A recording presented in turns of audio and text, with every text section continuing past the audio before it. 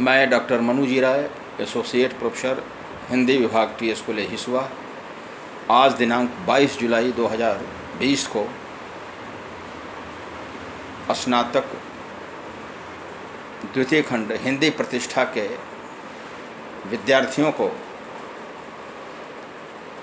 छायावादी कवि जयशंकर प्रसाद की प्रसिद्ध रचना मेरे नाविक को पढ़ाने जा रहा हूँ।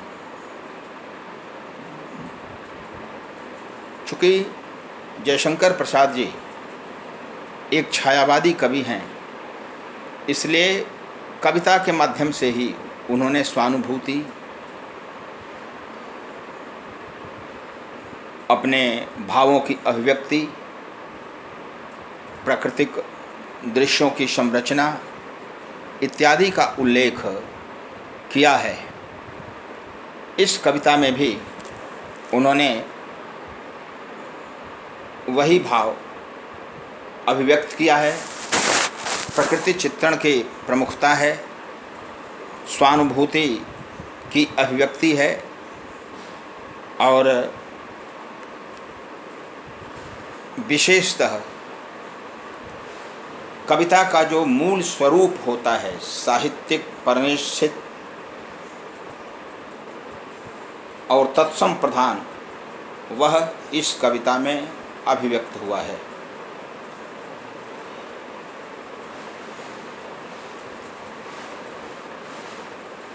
तो ये जो उनकी कविता है, ले चल मुझे भुलावा देकर मेरे नाविक धीरे धीरे, वे अपने नाविक से कहते हैं कि ऐ मेरे नाविक, मुझे भुलावा दे करके, ले चल मुझे भुलावा देकर मेरे नाविक धीरे धीरे, ऐ मेरे नाविक, मुझे धीरे धीरे भ्रम में डाल करके, मुझे पूरा राज नहीं बता करके धीरे धीरे ले चलो। कहाँ?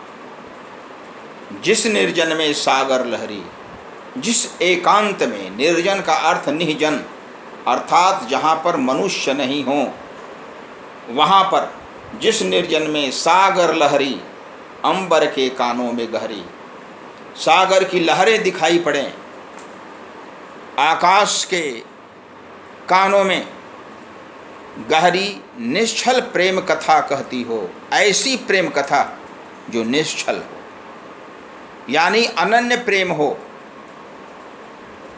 जिसमें अन्य का भाव नहीं हो, एक निष्ठ प्रेम हो। उस प्रेम की कथा की ओर हमें ले चलो। तज कोलाहल की अवनी रे, जो कोलाहल की अवनी है, जो ध्वनि प्रदूषण की अवनी है, पृथ्वी है, उससे हमें दूर ले चलो। हमें कोलाहल से निर्जनता की ओर ले चलो, हमें कोलाहल से नीरवता की ओर ले चलो। ऐ मेरे नाविक, मुझे भुलावा दे करके एकांत में ले चलो, सागर की लहरों के बीच में ले चलो, जहाँ पर कोई आवाज़ नहीं हो, जहाँ पर एकनिष्ठ प्रेम हो, अनन्य प्रेम हो, प्रेम में कोई दूसरा नहीं हो, मात्र दो ही रहें, प्रेमी और प्रिय। वहाँ पर हमें ले चलो, जहाँ साँझ सी जीवन छाया, जहाँ पर संध्या के समान जीवन की प्रतीक्षाया दिखाई पड़े। ढीले अपनी कोमल काया, अपनी कोमल काया को ढीला कर दे, नील नयन से ढलकाती हो, और जहाँ पर नीले नेत्रों से ढलकाती हो, ताराओं की पात घनी रहे। ताराओं की जो पंक्तियाँ हैं, जहाँ पर हो वहाँ पर ऐ नाविक मुझे लेकर के चलो।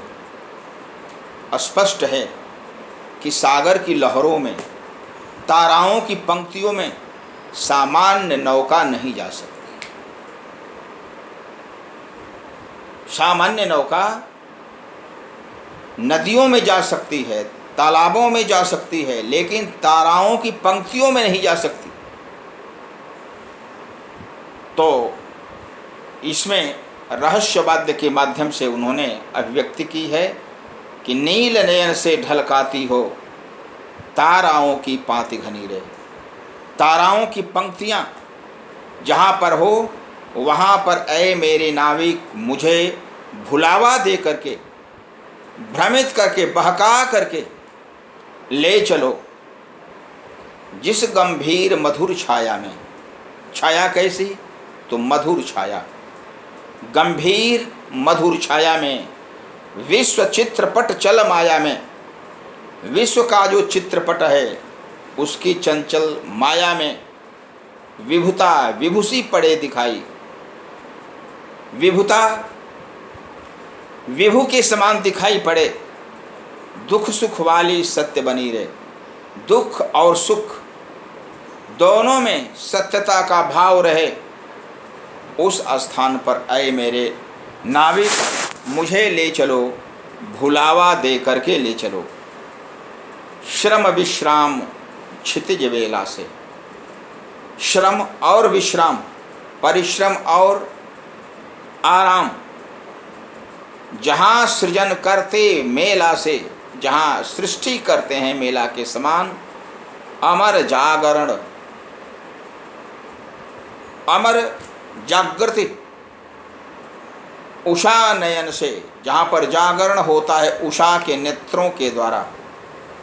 इसलिए कि सवेरा का आरंभ उषा काल है, उषः काल। उषा के बाद ही सवेरा होता है। तो उसी के बारे में कहते हैं अमर जागरण उषा नयन से बिखराती हो ज्योति घनी रे। जहाँ पर ज्योति घने रूप से बिखरती है, जहाँ पर कोलाहल का अभाव है, जहाँ पर रवता का अभाव हो, रव माने आवाज़, जहाँ एकांत का भाव हो, जहाँ पर समुद्र की लहरों की स्थिति हो, आकाश के ताराओं की पंक्तियों की स्थिति हो, उस स्थान पर ऐ मेरे नाविक मुझे लेकर के चलो। यह कविता छायावादी कवि जयशंकर प्रसाद की है। इस जीवन से थोड़ा उनका वैराग्य इसमें दिखाई पड़ रहा है। वो एकांत चाहते हैं, विश्रांति चाहते हैं, और इस एकांत और विश्रांति की चाह में वे अपने नाविक से, अपने भगवान से, अपने प्रिय से, अज्ञात प्रिय से आग्रह करते हैं कि हमें वहाँ पर ले चलो ऐ मेरे नाविक, धीरे धीरे। इसलिए कि जो नाव पर बैठा हुआ व्यक्ति है वह जहाँ चाहे वहाँ नहीं जा सकता, उसे नाविक का सहारा लेना पड़ेगा। तो जब नाविक वहाँ पर बैठा हुआ है तो नाविक से ही आग्रह करते हैं कि ऐ मेरे नाविक मुझे धीरे धीरे वहाँ पर ले चलो। कहा तो जिस निर्जन में सागर लहरी, जहाँ निर्जनता रहे, जहाँ पर मनुष्य का अभाव हो, सागर की लहरें हों, आकाश में निश्चल प्रेम की कथा होती रहे और कोलाहल का अभाव हो, वहाँ पर उस पृथ्वी लोक में मुझे लेकर के चलो, जहाँ संध्या के समान जीवन छाया विस्तृत होती जाती हो, और जहाँ पर आकाश में स्थित ताराओं की पंक्ति दिखाई पड़े अंधकार में, उस ताराओं की पंक्ति में हमें ले चलो, घनी पंक्ति में, जहाँ पर आवाज़ नहीं हो,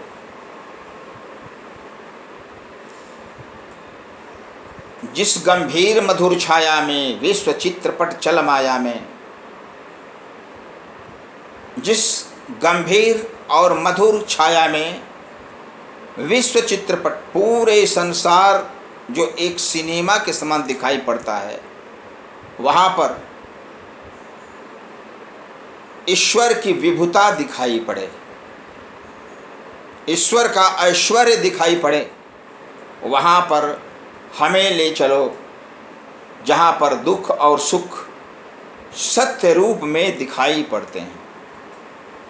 श्रम और विश्राम क्षितिज वेला से, जहाँ सृजन करते मेला से, जहाँ श्रम और विश्राम क्षितिज और वेला के समान मेला का सृजन करते हैं। अमर जागरण उषा नयन से, अमर जागरण हो उषा के नेत्रों से, और जहाँ पर ज्योति का बिखराव होता रहे, उस ब्रह्म मुहूर्त में हमें ले चलो जहाँ पर नीरवता का वास हो, जहाँ पर कोलाहल नहीं दिखाई पड़े, वहाँ पर हमें ले चलो। तो इस कविता में कवि ने यह प्रयास किया है दिखाने का कि ऐ मेरे नाविक, हमें उस स्थान पर ले चलो जहाँ पर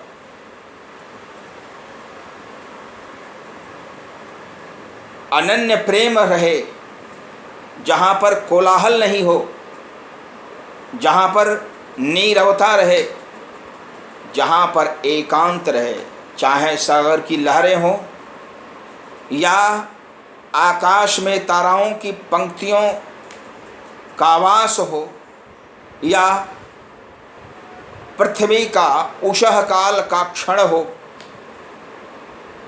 उस स्थान पर हमें ले चलो जहाँ पर किसी प्रकार की कोई आवाज़ नहीं हो, निर्जनता हो, नीरवता हो, एकांत हो और निश्चल प्रेम हो। उस स्थान पर आए मेरे नाविक, मुझे भुलावा दे करके ले चलो। तो इस कविता में जयशंकर प्रसाद ने जहाँ प्रेम की प्राप्ति की अभिलाषा दिखाई है, वहीं पर उन्होंने संसार से कुछ दूर हटने की भी अभिलाषा व्यक्त की है। इसलिए कि संसार में नीरवता नहीं है, कोलाहल है।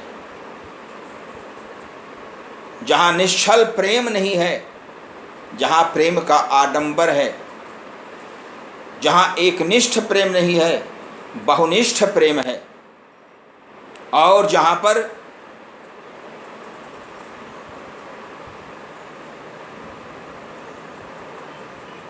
एकांतिकता का अभाव है, उस स्थान पर ऐ मेरे नाविक, मुझे भ्रमित करके, मुझे भुलावा दे करके उस एकांत में ले चलो ऐ मेरे नाविक।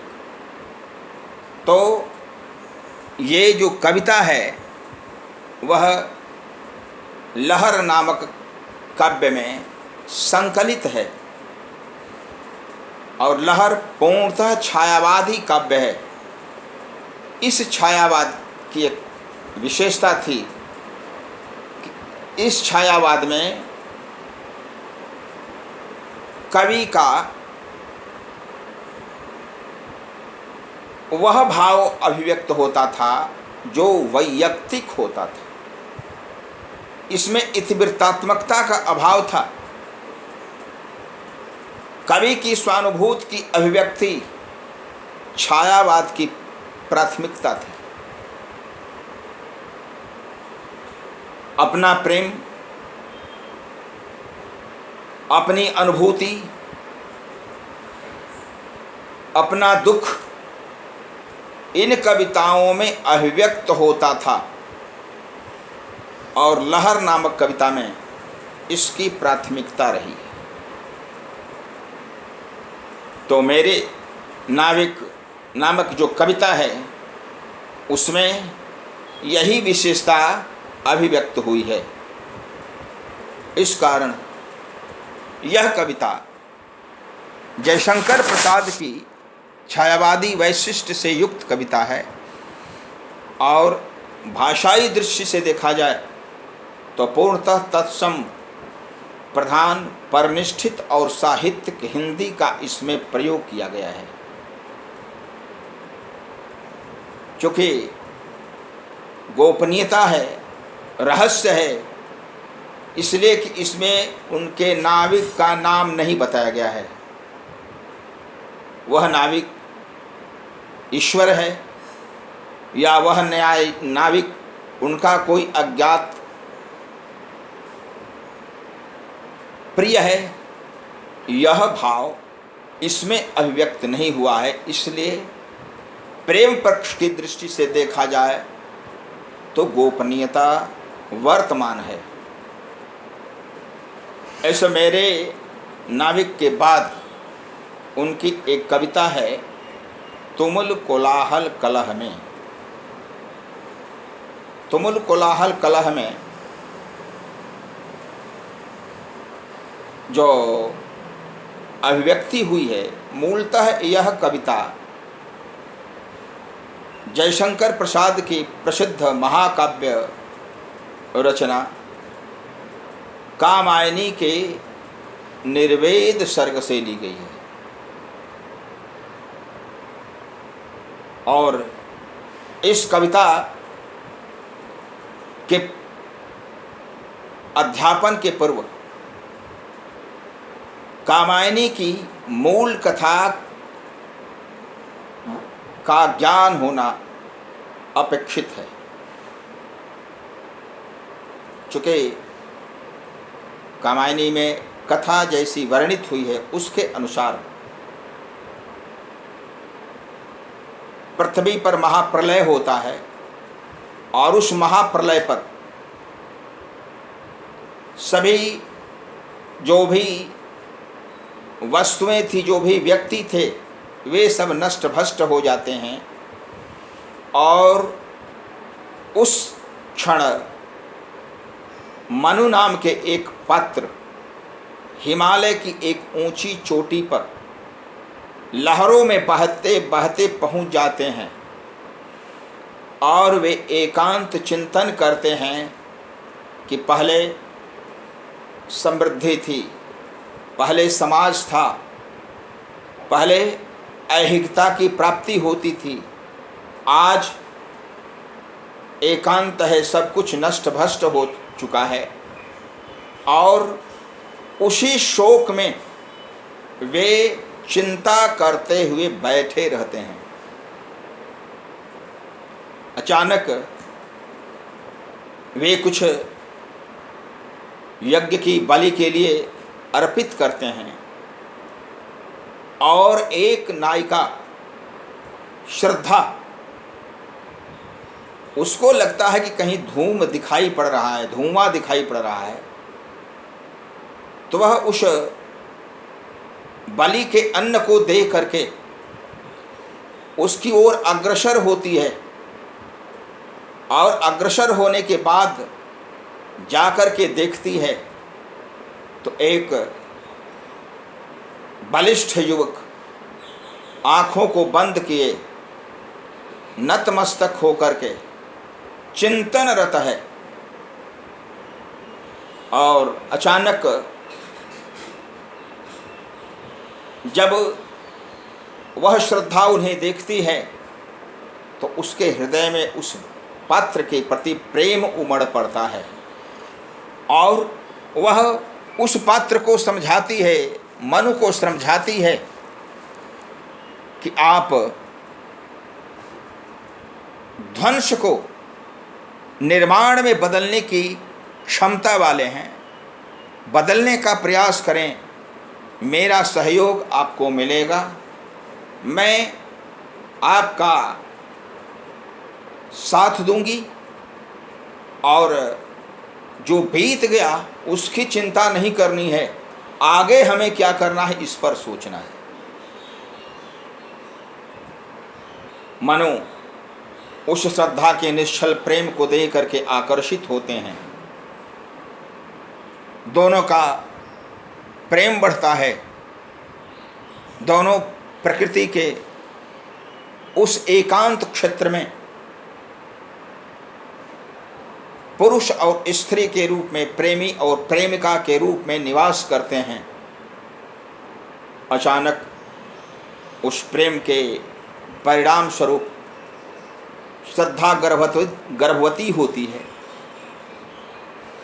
और उस समय मनु का जो क्षुद्र स्वभाव है वह अभिव्यक्त होता है। उनको लगता है कि कोई एक ऐसा पात्र आ रहा है जो हमारे और श्रद्धा के बीच में दीवार बन जाएगा।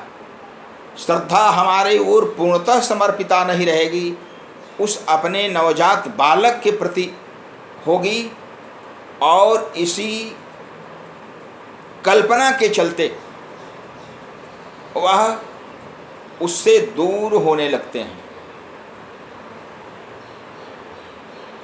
वे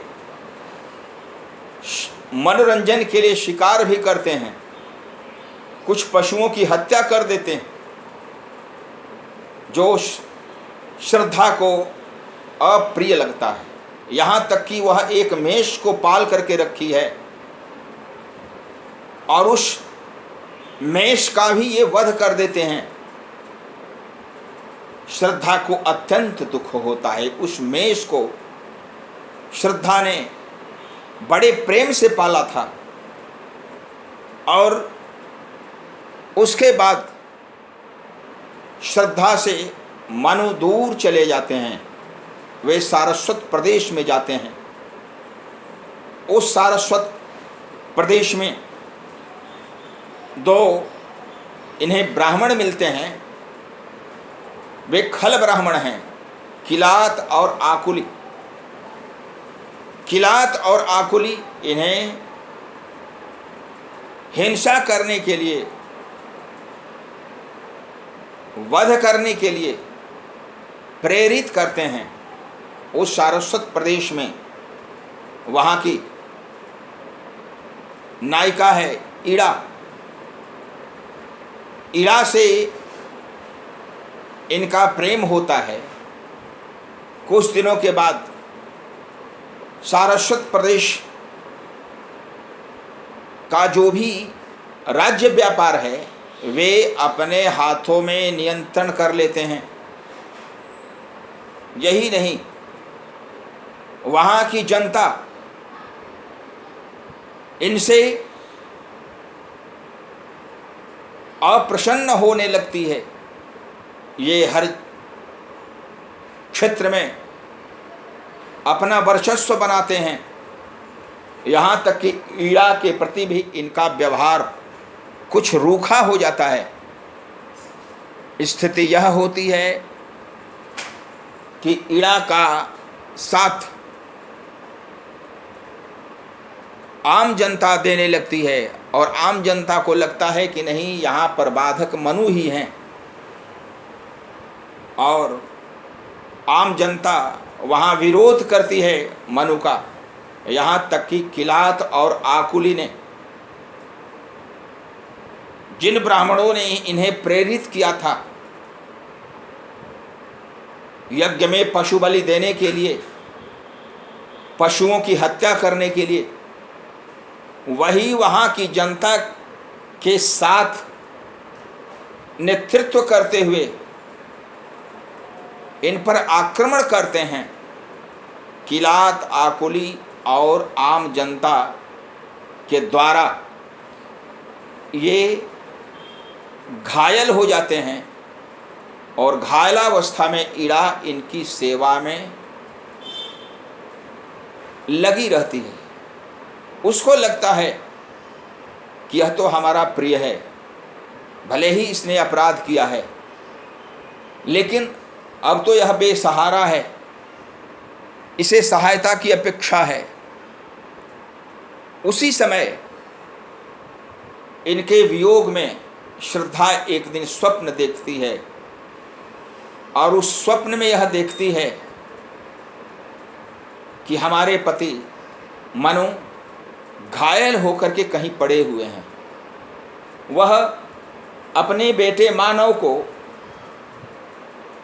हाथ पकड़ करके लेकर के चलती है और घूमते घूमते सारस्वत प्रदेश में पहुंचती है।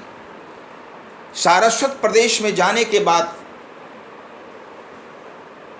वह उस स्थान पर पहुंचती है जहां पर देखती है कि एक हवन हो रहा है।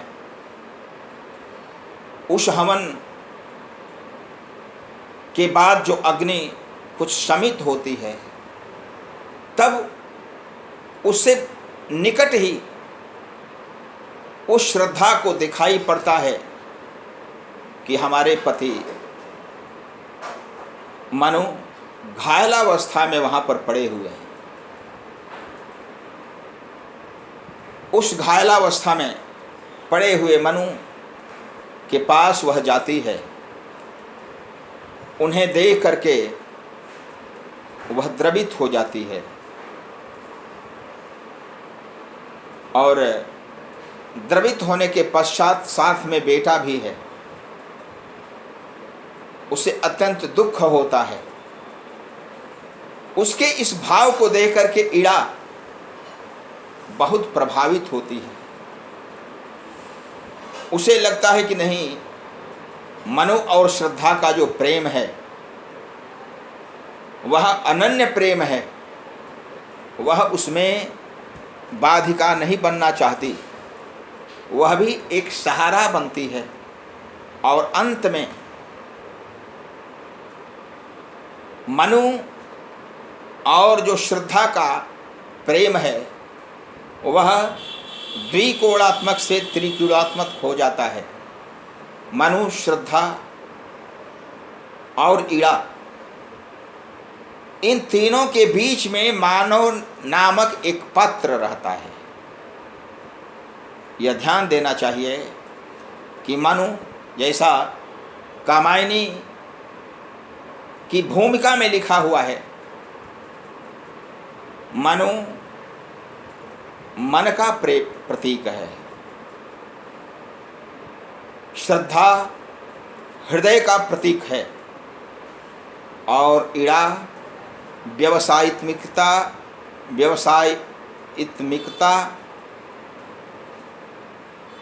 का प्रतीक है। यानी व्यावसायिक बुद्धि इड़ा में है, अनन्य हार्दिक प्रेम श्रद्धा में है और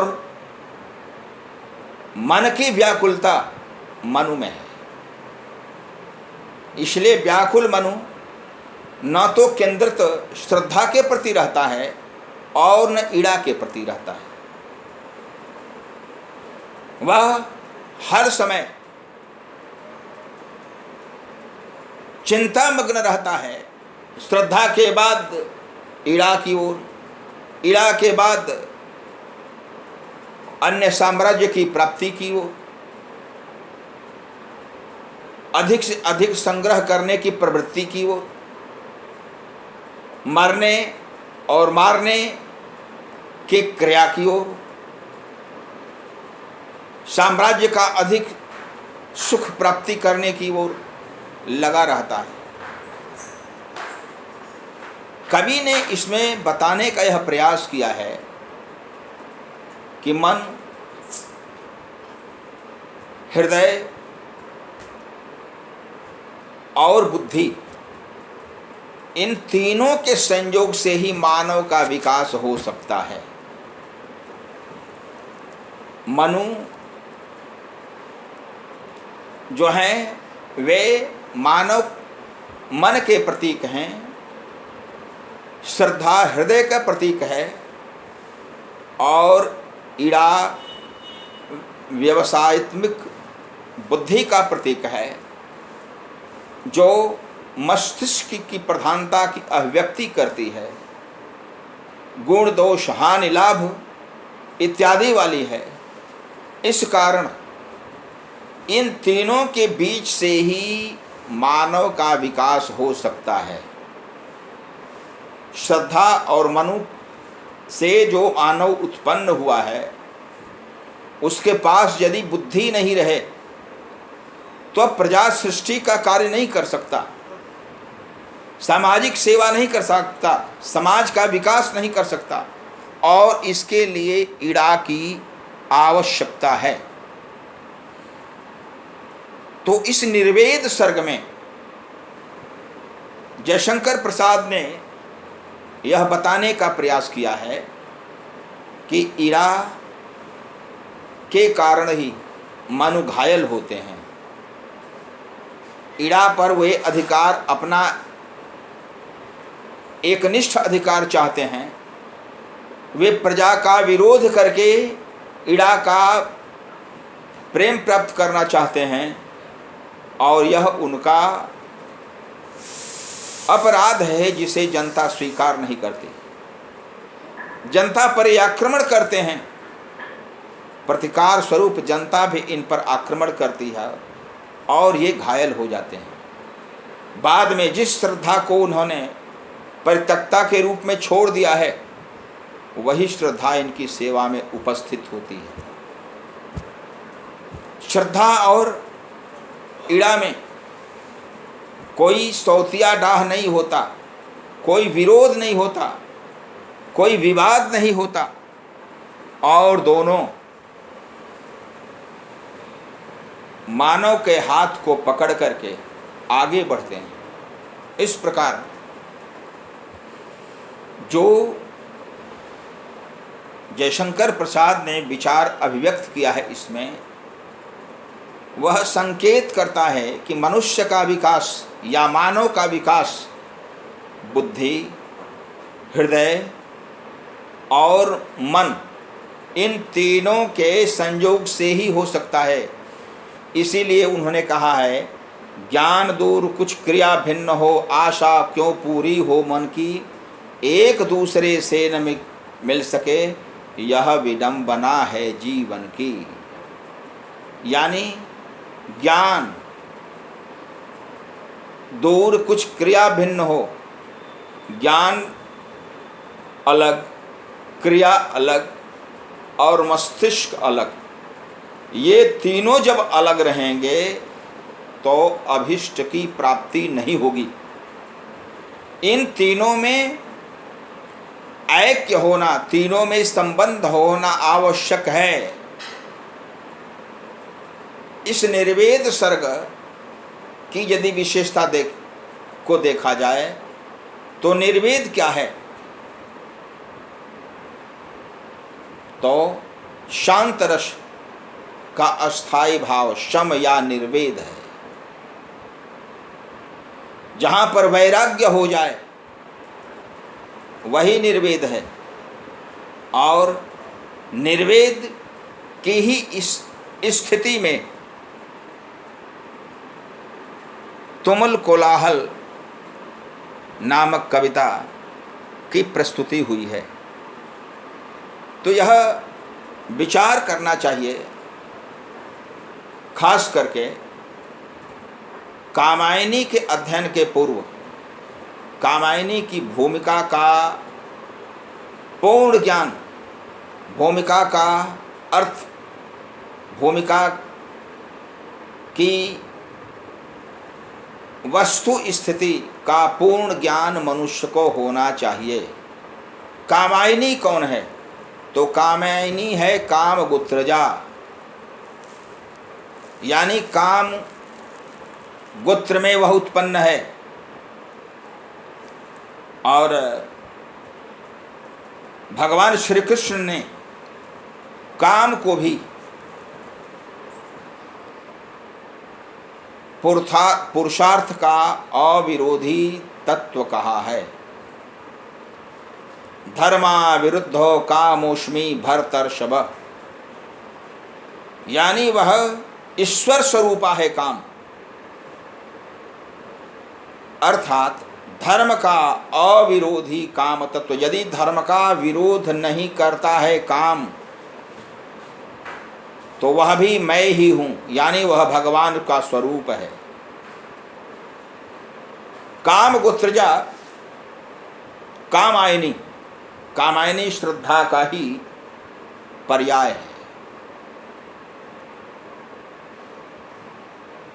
काम जोड़ ऐनी कामायनी, तो काम गोत्रजा श्रद्धा मनु को प्रेरित करती है कि जो ध्वंस हुआ है, ध्वंस के ही उपकरणों को बटोर करके हम लोग सृजन आरंभ करें।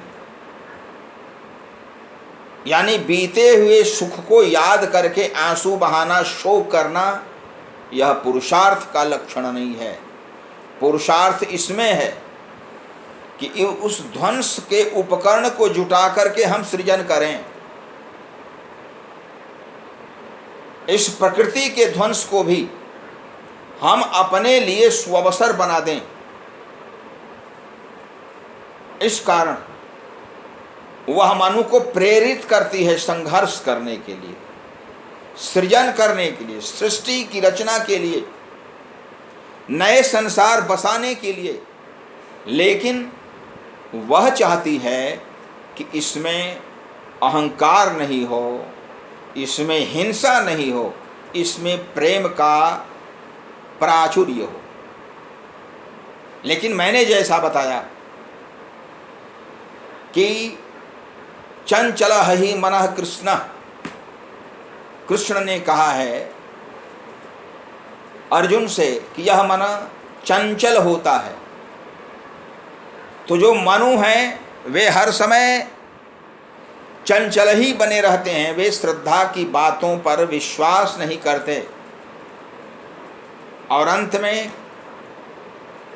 वे पाशविक प्रवृत्ति में लीन हो जाते हैं, हिंसा में व्यवहार करते हैं। जो बलि दी जाती थी यज्ञ में अन्न की, उस अन्न की बलि से वे आगे बढ़ जाते हैं और पशु बलि देना शुरू करते हैं। मनोरंजन के लिए पशुओं की हत्या करते हैं। यहाँ तक कि अपनी धर्मपत्नी श्रद्धा के द्वारा पालित मेष का भी वे वध कर देते हैं। थोड़ी सी भी उनमें ममता नहीं रहती। हमारी धर्मपत्नी हमसे प्रेम कम करेगी, हमारे पुत्र से ज़्यादा प्रेम करेगी, और इस विचार के कारण वे श्रद्धा से दूर हो जाते हैं और बुद्धि लोग पहुंच जाते हैं। व्यवसायत्मक बुद्धि, जहाँ पर व्यवसाय है, जहाँ पर बिजनेस की प्रवृत्ति है, वहाँ पर खेती बाड़ी से जुड़ते हैं और उस सारस्वत प्रदेश की समृद्धि में इनका बड़ा हाथ है। लेकिन मैंने जैसा बताया है कि मनु का मन स्थिर कहीं नहीं रहता है, वहाँ भी लोगों का विरोध होने लगता है। ये हर शोषण करके अपने पास ही संग्रह करना चाहते हैं, प्रजा का पालन नहीं करते, प्रजा इनसे खिन्न होती है। ये किलात और आकुली जैसे भ्रष्ट ब्राह्मणों के बहकावे में आते हैं, प्रजा पर अत्याचार करने लगते हैं, प्रजा एकजुट हो जाती है। चूंकि देवताओं की पुत्री है ईड़ा, इसलिए वे चाहते हैं कि हमारी शासिका ईड़ा रहे, मनु नहीं रहे। और अंत में वे ईड़ा को शासन दिलाने के लिए, मनु से शासन छीनने के लिए मनु पर आक्रमण करते हैं, और उस आक्रमण का नेतृत्व करने वाले किलात और आकुली ही हैं। अर्थात जिन्होंने इन्हें प्रेरित किया है अत्याचार के लिए, वही अंत में इन पर आक्रमण करते हैं, आक्रमणकारियों का नेतृत्व भी करते हैं। और जब घायल हो जाते हैं तो वही राज्य प्रमुख ईड़ा सारस्वत प्रदेश की रानी ईड़ा, देवताओं की पुत्री ईड़ा, जो बुद्धि का प्रतीक है, इनकी सेवा करने लगती है। उसे लगता है कि यह व्यक्ति घायल पड़ा हुआ है, इसकी हमें सेवा करनी चाहिए। और उसी समय जो श्रद्धा गर्भवती थी, जिसे छोड़ करके आए थे, वह श्रद्धा अपने पुत्र मानव को लेकर के इनके पास पहुंचती है, इनकी सेवा में लीन होती है। ईड़ा और श्रद्धा के सहयोग से पुनः स्वस्थ होते हैं। स्वस्थ होने के बाद ऐसा लगता है इन्हें कि उस मानव का एक हाथ ईड़ा ने पकड़ा है और एक हाथ श्रद्धा ने पकड़ा है। अर्थात मनुष्य का विकास तभी हो सकता है जब श्रद्धा और बुद्धि दोनों का सहयोग रहे। और श्रद्धा और बुद्धि के सहयोग के बीच में पड़े हुए मानव को सहारा मिलता है। किससे? तो मानव के मस्तिष्क से मानो आकर्षित होते हैं, प्रसन्न होते हैं और आनंद सर्ग में यही देखते हैं कि श्रद्धा और ईड़ा के बीच में मानव पड़ा हुआ है और उसे, उस बालक को प्रसन्न देख करके मनु आह्लादित होते हैं। यही कामायनी की कथा है। इसी कथा के आलोक में तुमुल कोलाहल नामक कविता, जो निर्वेद सर्ग से ली गई है, वह स्नातक द्वितीय खंड के विद्यार्थियों के लिए पठनीय है। चूँकि निर्वेद अस्थाई भाव है और यह अस्थाई भाव है शांत रस का। शांत रस वहाँ पर होता है जहाँ पर संसार से दूर जाने की अभिलाषा व्यक्ति करता है, संसार में से ऊब करके या संसार में